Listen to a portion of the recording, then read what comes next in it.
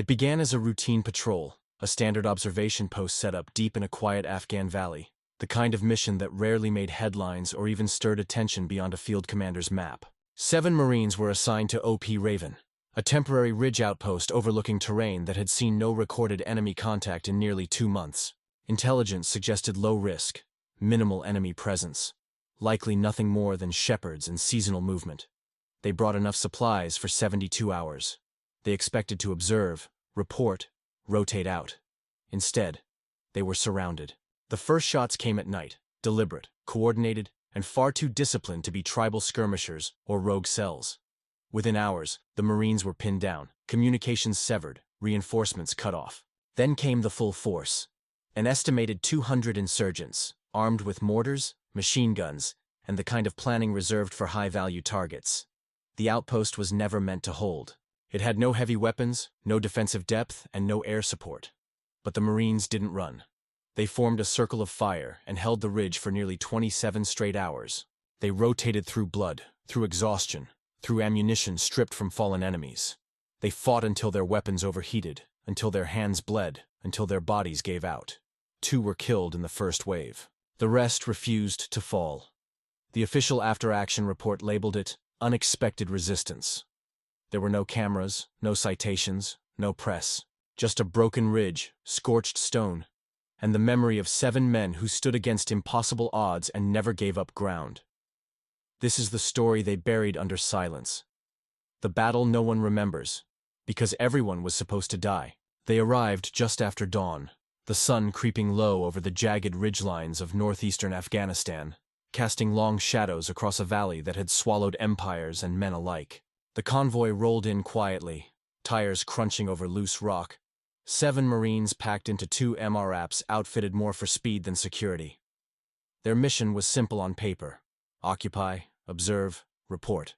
Observation Post Raven wasn't even a dot on most maps. It was an ad hoc outpost built on a barren ridge overlooking a key junction between smuggling trails and dried-out riverbeds. A perfect choke point used more by goats and rumor than regular patrols. Intelligence had flagged it weeks earlier after drone footage picked up unusual foot traffic, but the signals were too scattered to warrant a full sweep. So they sent the 7, small enough to be quick, trained enough to be decisive, and well aware that no one else was coming if things went bad. Staff Sergeant Tom Ridgway led the team, a quiet professional with 2 combat tours behind him and a reputation for keeping men alive where others didn't. The rest of the unit was a blend of experience and youth. Corporal Davis, the comms lead, Lance Corporal Moreno, the machine gunner, Privates Carr, Bishop, and Yates, sharp but still green around the eyes, and Corporal Felix, the medic, who carried more gear than anyone else and never smiled unless someone else was bleeding. They moved with purpose but not urgency, their boots sinking into loose shale as they dismounted and took positions. The OP wasn't much. Sandbags, a few stacked crates of ammo, 2 manned fighting positions with a narrow trench between them, and a reinforced bunker that barely passed for shelter. The view was the real asset. From the ridge, you could see 5 clicks in nearly every direction, with no foliage, no cover, no buildings. Just stone, dust, and sky. They set up quickly. The first few hours passed like any other forward position rotation, boredom masked by protocol. Felix did his usual checks, inventorying medical supplies and repositioning his trauma kit closer to the fire zone. Davis checked comms, aligning their SAT-link and confirming heartbeat pings with command. The signal was weak but stable. Ridgway moved from post to post, quietly assessing line of sight and fallback options. He noted the terrain like a chessboard, every rise and dip a potential piece in a game he didn't want to play. Despite the mission's label as low risk, there were signs. The kind of signs no satellite could see. The local village down the slope, normally a trickle of farmers and traders, was eerily still. No smoke, no animals, no sound. The dirt trails leading away from the buildings showed no recent tracks, as if the people had pulled back all at once. Ridgway didn't mention it aloud, but the silence hung over the squad like static in the air before a storm. Moreno joked that maybe the Taliban had decided to take a day off. Nobody laughed. By midday, the sun bore down with heat that baked the metal and made breathing feel like inhaling dust through a furnace. The Marines rotated watch in pairs, keeping movement minimal to avoid drawing attention. A drone pass scheduled for later that afternoon never arrived. Davis tried re-establishing link with no success. He chalked it up to bad elevation and solar interference, but the glitch lingered. Ridgway marked it down. They dug deeper into their positions, stacking sandbags and reinforcing weak spots. Carr and Bishop dragged rocks into the trench to give the team a second fallback tier in case of an approach from the blind side. Yates positioned trip flares along the south ridge. Standard procedure, even though nothing had moved there in days. The silence felt wrong, too complete. No birds, no wind, just the sound of boots scraping gravel and radios whispering incomplete updates. By nightfall, the horizon shifted into bruised gold, then charcoal. The valley faded into silhouette, and the temperature dropped like a curtain. Ridgway called for comms check. Still no drone, still no full link, static. The team locked down positions for nightfall rotation. Rations were minimal. MREs, cold coffee, and water that tasted like the plastic jugs it came in.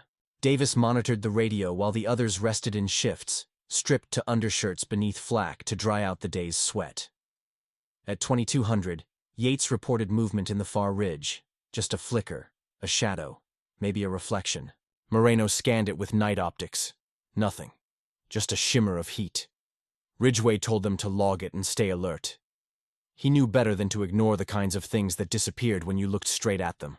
At midnight, a crack echoed in the distance. Not thunder, not wind. A single, deliberate burst of gunfire. Too far to be a threat, too precise to be a mistake. Ridgway didn't sleep after that. He sat in the dark, rifle across his knees, eyes on the horizon. Somewhere down there, in that empty stretch of dust and shadow, something was watching back. The calm before battle never announces itself. It lingers in the ordinary, in the way the stars don't seem to flicker, in the way the wind dies too quickly, in the way a soldier holds his breath without knowing why. That night, no one said what they felt. But every man at OP Raven sensed it. Something was coming, and they were going to face it alone. The first attack didn't come with a roar. It came with a whisper, a shift in the air, a sudden stillness so complete it felt like the desert itself had stopped breathing. The silence was broken by the distant thump of mortars, barely audible at first, like thunder rolling beneath the earth. Then came the light, blinding orange flashes along the eastern ridgeline, followed by a delayed rumble that shook the sandbags on the perimeter. The first round landed 40 meters outside the observation post, kicking up a geyser of dirt and smoke. The second was closer. The third hit the trench. The concussion knocked Yates off his feet and slammed a wall of debris into Ridgway's back. Moreno, stationed on the southern line, opened fire on instinct. His M240 barking short controlled bursts into the darkness. Green tracer rounds lanced into the black void beyond the wire, slicing through dust but finding no clear targets. Davis scrambled for the comm set, only to find it hissing with static. Jammed or damaged, it was impossible to tell. He switched frequencies, cycled bands, nothing but silence. They were cut off. The insurgents didn't charge immediately. They circled, probing. A scattered gunshot here, a burst of fire there, testing weak points in the perimeter. Ridgway gave the hand signals to collapse the outer line and fall back to the central fighting positions. Bishop dragged Yates into the bunker, his left leg bleeding heavily from shrapnel. Felix tore through his medical kit, working in the half-light of red lenses and gunfire, trying to stop the bleeding while dust rained from the roof above them. Carr manned the northern post, his rifle shaking slightly as he tracked movement in the trees. Shadows darting too fast, too many, too organized. By 0130, the enemy numbers had swelled. They weren't attacking in waves. They were encircling. Smarter than most. Coordinated. You could hear it in the discipline of their fire. No wild volleys, no shouting. Just the cold, systematic push of an experienced force closing a trap. At least 50 fighters now, and more still gathering in the hills beyond sight. The Marines were surrounded. The OP became a pressure cooker. Every second, more rounds pinged against the Hesco walls. Every minute, another mortar landed closer to the center.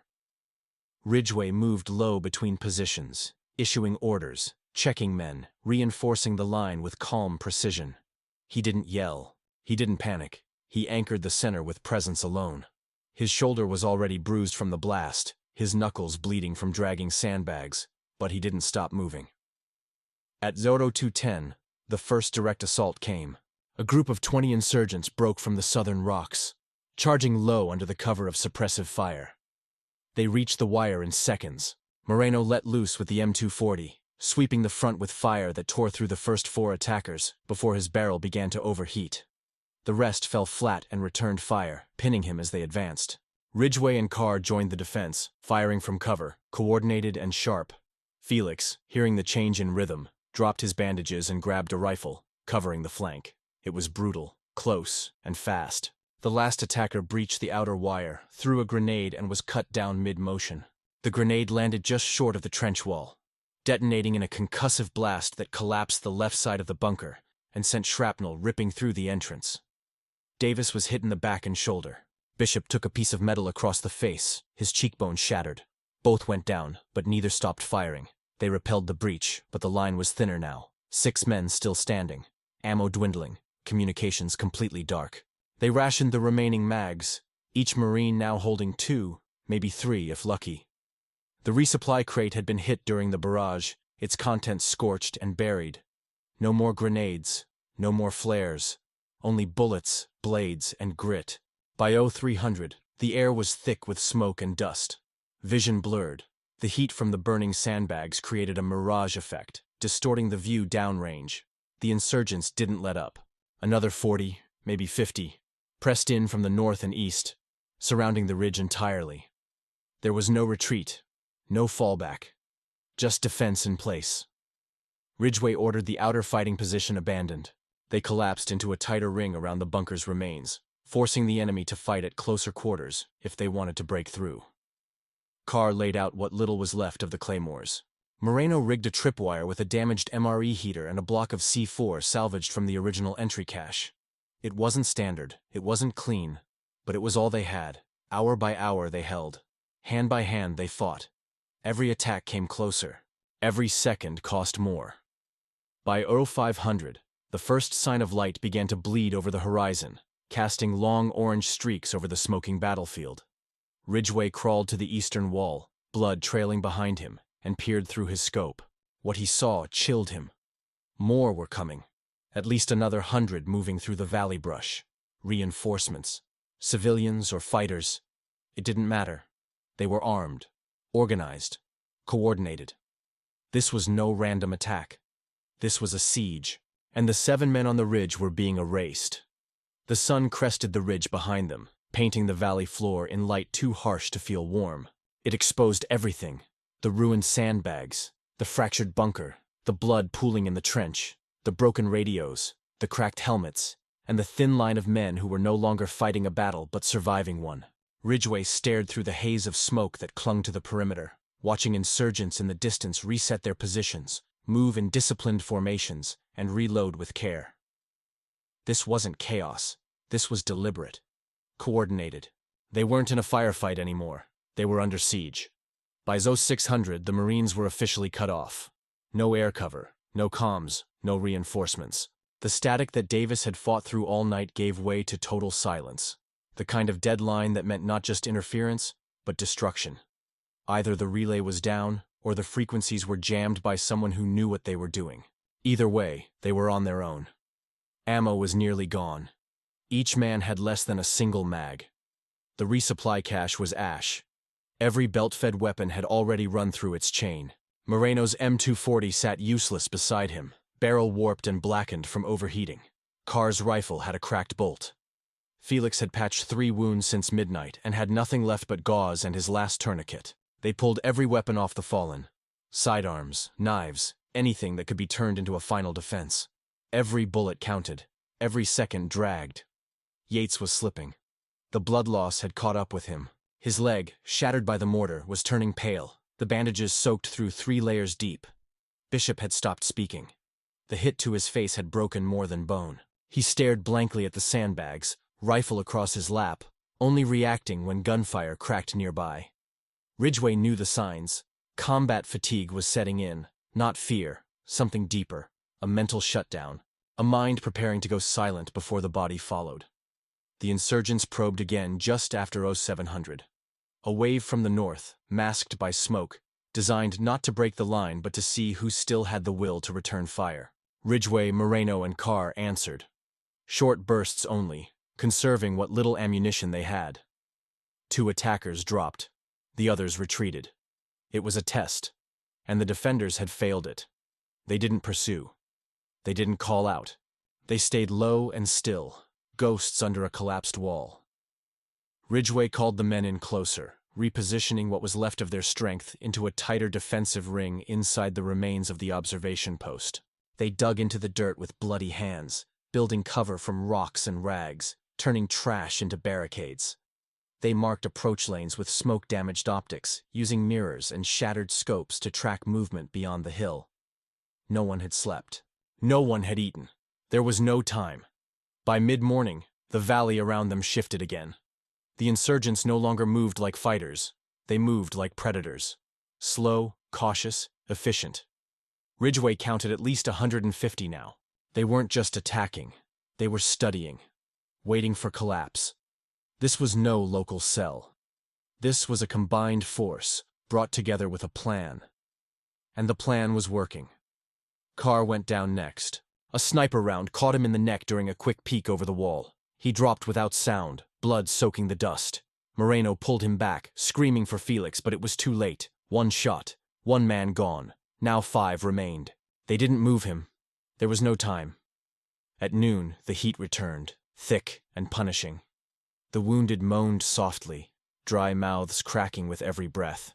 The air was filled with the smell of burned powder, blood, and sweat baked into stone. Flies gathered. No one noticed.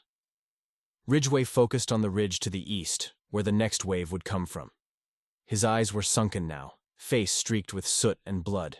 His hands trembled, not from fear, but from exhaustion so deep it hollowed out every muscle. Still they prepared. They tied extra mags to boots, strapped knives to wrists. Felix passed out one last energy tablet from his med kit. Split into halves and shared without words. They checked each other's gear. No speeches, just movement. They weren't fighting to win anymore. They were fighting to buy minutes. The final assault began at 13:30, coordinated from 3 sides, with suppressive fire pinning the Marines as attackers closed the distance. The defenders returned fire with what little they had left. Ridgway picked off 2 with single shots. Moreno cut down another at close range before his rifle jammed for good. He threw it aside and pulled his sidearm. Yates, half conscious, raised his weapon one last time and fired until it clicked. Felix dragged Bishop behind the inner barricade, then rose to fight with a knife in each hand. The radio exploded in a burst of metal and sparks. The air cracked with heat. The wall gave. They fell back to the bunker, now just a crater of sand and blood. Ridgway pulled his last frag, waited for the sound of boots on rock, then tossed it over the wall. The explosion ripped through the dust. Screams followed. A pause. Then, nothing. Silence returned, broken only by the sound of labored breathing and the whine of a circling bird high above. Ridgway slumped against the wall, chest heaving, eyes open. 4 of them remained. Barely. They had held the ridge. But the world hadn't heard a single shot. The battlefield fell still again, but the silence no longer felt like safety. It was the kind that wrapped around the bones and whispered that this time, this lull, meant the end was near. The sun hung high above them now, suspended in a sky that felt too large and too bright, bearing down with an indifference that matched the war itself. The dust had stopped rising. The wind had stopped moving. Time slowed. Blood dried in streaks across scorched gear. The stone walls, once carefully stacked, now lay in pieces around the surviving 4. Ridgway, Moreno, Felix, and Bishop, barely conscious, drifting somewhere between pain and vacancy. They hadn't spoken in over 30 minutes, not from fear or discipline, but because language had lost its function. Communication was now done in glances, in the way fingers twitched toward a rifle, or the way Ridgway shifted his body weight when listening for movement beyond the cratered wall. Their world had shrunk to meters, no past, no future, just the breath between one gunshot and the next. Bishop's breathing was shallow, his face pale. The morphine had long worn off. His blood was drying beneath his body. Ridgway checked him twice, hoping for signs of clarity, but the young Marine only blinked, eyes unfocused. The insurgents hadn't attacked again, but they hadn't left. Ridgway could feel it. He had seen it before, in Ramadi, in Marja, that ominous stillness that preceded a final push. When the enemy had calculated every angle, tested every weakness, and now simply waited for the last moment when the defenders were too empty to fight back. The next assault wouldn't be probing. It would be definitive. At 1400, Ridgway crawled to the eastern edge of the outpost, the highest remaining mound of rubble, and carefully lifted a broken scope to his eye. The valley came into view, hazy, blurred, but enough to see what was gathering. Dozens more, maybe 50, maybe more. They were moving into formation again, fanning out across the slope, spreading wide to avoid any explosive traps. These weren't reckless fighters. They had studied the field. They knew the Marines had no support, no ammo, no time left. He dropped the scope, turned back, and scanned the last of their gear. Moreno had 5 rounds. Felix had 2, plus a bayonet duct taped to the end of a splintered broomstick taken from the wrecked comms crate. Ridgway had only 1 full mag left, but half the rounds were dented. He pocketed his last grenade, charred but intact, and ran through every contingency he'd ever learned, every worst-case training scenario. None of it fit. Then came the sound, not gunfire, not shouting. A distant hum. Faint, steady, unnatural. Ridgway froze. So did Moreno. They both turned toward the southern sky. The noise grew louder. A second hum layered over it. Then a third. It wasn't imagination. It was rotors. Aircraft. Felix scrambled to the busted signal flare tube. He'd been saving it, knowing full well it wouldn't ignite. Ridgway waved him down. No smoke. Too dangerous. Instead, Ridgway reached for the infrared beacon he'd strapped to his belt at the beginning of the mission. It had been damaged in the blast. The casing cracked, but the light was still pulsing. Weak, but present. He propped it on the edge of the rubble, angled it upward, and waited. The noise intensified. Then the black shapes emerged over the ridge. First 1, then 2. MH-60. Black Hawks, flying low and fast. The noise they made tore through the silence like a scream. Ridgway stood, waving his arms once, just once, before ducking back down. The insurgents saw them too. Fire erupted across the slope. Tracer rounds streaked skyward. The helicopters banked, door guns opening up with suppressive bursts. Dirt exploded along the hillsides as rounds chewed through the earth. One bird peeled off, circling wide. The second came in hot, its side ramp already opening. The pilot brought it down 50 meters outside the outpost, just beyond the kill zone. A QRF team rappelled down in seconds, already laying down cover fire as they moved toward the crater. Ridgway didn't hesitate. He threw a smoke grenade, not for concealment, but to mark the wounded. He grabbed Bishop by the vest straps and dragged him toward the landing zone. Felix and Moreno followed, covering each other with what little remained. The insurgents pressed one last time, firing from the eastern wall, trying to catch the extraction under fire. But they were too late. The QRF team moved like a blade, cutting through the chaos, carving a path to the survivors. One of them took a round to the shoulder. Another grabbed Yates's body and threw it over his back. Ridgway fired his last rounds into the tree line, then tossed the empty rifle aside as he reached the ramp. Inside the bird, it was chaos. Blood, shouting, compression kits, radio chatter. The ramp closed. The noise outside dulled. As they lifted off, Ridgway looked back one last time. The observation post was gone. Just smoke. Flame. Shadows moving through the dust. But they had made it. 4 out of 7. It wasn't a victory. But it wasn't defeat either. It was survival. And in war, sometimes that's the highest form of resistance. The roar of the Black Hawk's rotors faded into a mechanical heartbeat as the bird lifted above the smoke-choked ridge, banking hard into a southeastern escape route, while door gunners kept up their bursts of suppressive fire. Inside, the cramped fuselage pulsed with urgency. Medics were already moving from man to man with practiced precision, checking vitals, applying tourniquets, stabilizing broken limbs, shouting over the noise of the aircraft. Ridgway leaned against the metal hull, covered in sweat, soot, and the dried blood of men who had not made it off the ridge. His armor was cracked, his hands bruised, and his body screamed from exhaustion. But his eyes stayed fixed on the shrinking view of OP Raven until the ridge dipped beneath the horizon. They had held the position for 27 hours. Every one of them had fought until their weapons jammed, their ammo ran dry, their hands blistered from heat and recoil. They had patched each other with shredded uniforms, scavenged gear from the fallen, and shared single canteens of dirty water, rationed by discipline, not need. And in the final hour, they had stood not as elite soldiers, but as exhausted men too stubborn to fall. It wasn't glory. It was grit. The kind of resistance forged only when death becomes a certainty, and you choose to fight anyway. The helicopter shook as it descended onto the landing pad at Efab Kunar. Dust spiraled into the air as boots slammed against the steel. Medics poured in, unloading stretchers and shouting for triage. Yates was declared KIA upon arrival. Bishop was rushed into surgery with severe facial trauma and internal bleeding. Felix had burns across his back and shrapnel in his arm.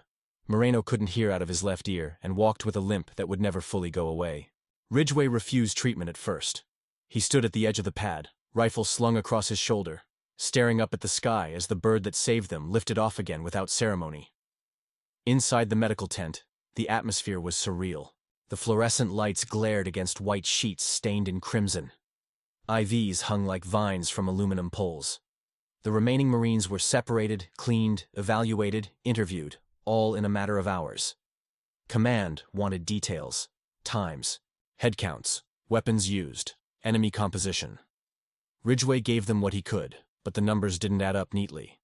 There had been over 200 enemies, possibly more, coming in waves, coordinated, disciplined. There had been no air support until the final 20 minutes. There had been no drone coverage. The comms blackout had lasted nearly an entire day. There were questions about whether the team had moved beyond protocol, whether OP Raven had become a liability instead of a vantage point. Ridgway listened to it all without flinching. He knew what they were trying to do. They were trying to make sense of it. But there's no protocol for what happens when 7 men hold a line against an entire insurgent force and refuse to break. The debrief dragged on for days. Each survivor gave his statement. Felix described the first mortar hit.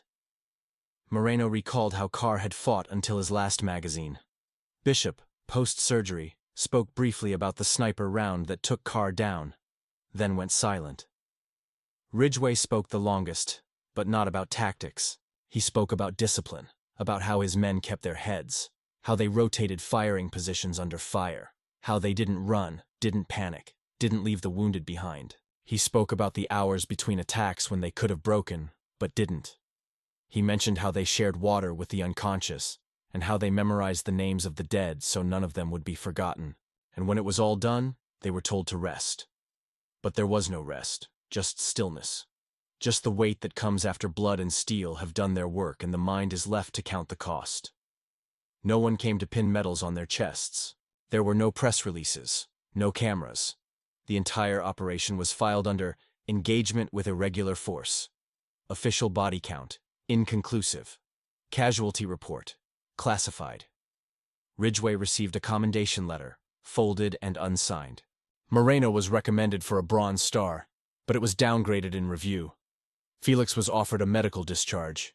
He turned it down. The men who returned were not the same as those who went up that ridge. They walked slower, spoke less, sat for longer. Their movements were deliberate, like men unsure whether the ground beneath them was stable or waiting to explode. In the chow hall, no one asked questions. In the barracks, the others gave them space. There was a gravity to them now, the kind that only forms around those who've stood at the edge and pulled others back with them. Weeks passed. The names of the dead were quietly added to the memorial wall. No ceremonies, just new etchings on steel. Ridgway visited the wall alone one night, long after curfew, standing beneath dim floodlights that buzzed faintly in the Afghan wind. He traced Carr's name with a calloused finger. Then Yates. Then Bishop's, even though he was still breathing, still fighting to wake up from sedation. In Ridgway's mind, they were all still there. Still dug into that ridge, still covered in ash and blood, still holding a line that should have collapsed. It was never about the kill count, never about the orders. It was about the refusal to be erased. And that was the legacy of OP Raven, not the number of bullets fired, not the hours they survived, but the stand they made, against steel, against fire, and against silence. In the months that followed, the world moved on. New headlines filled the screens, new battles began in other valleys, new rotations arrived at bases that would one day also be abandoned. But for the 4 Marines who came down from OP Raven, time didn't move forward in a straight line. It bent, folded, pulled them backward, not to the moment they were rescued, but to the hours before, when it was just them, their rifles, and the absolute certainty that no one was coming. Ridgway returned stateside in the fall. He stepped off the plane to quiet handshakes and a cursory welcome briefing. His discharge was processed without ceremony. His service record noted commendable conduct under hostile fire. The citation made no mention of the ridge, of the siege, of the 27 hours spent clawing for survival against impossible odds. He didn't expect it to. He didn't care. His reward was knowing they didn't die up there. That for all the bullets and blood, 4 had walked away. That was enough. He didn't return to active duty. His body could have gone another round, but his mind was finished with war. He settled in a small house in northern Montana, far from the sound of helicopters or the frequency of military jargon. He took a job at a sawmill, lived alone, spoke to no one about what happened. He wasn't angry. He just understood something now, that the world doesn't remember those who held the line when no one was watching. And maybe it shouldn't. Some battles aren't meant for books or bronze plaques. Some are meant to be carried. Moreno transferred to a training unit in the south. He kept his edge, kept his fire, but something behind his eyes never settled. He spoke with new recruits like a man trying to pass along more than instruction, like someone trying to leave behind fragments of truth before they were forgotten. He never once mentioned Raven. But when students asked why he drilled them so hard on fallback procedures, on ammo conservation, on moving under indirect fire, he would only say, "Because someday, you'll be all there is." Felix eventually left the Corps. He went home to Nevada and became a nurse, working trauma shifts in a small ER that never asked about his past.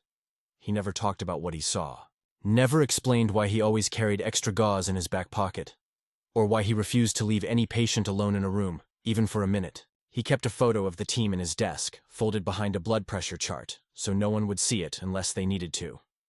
Bishop didn't walk again. The damage to his spine and jaw was permanent. He spent 6 months in rehab, and another 6 learning to live with the silence his injuries imposed.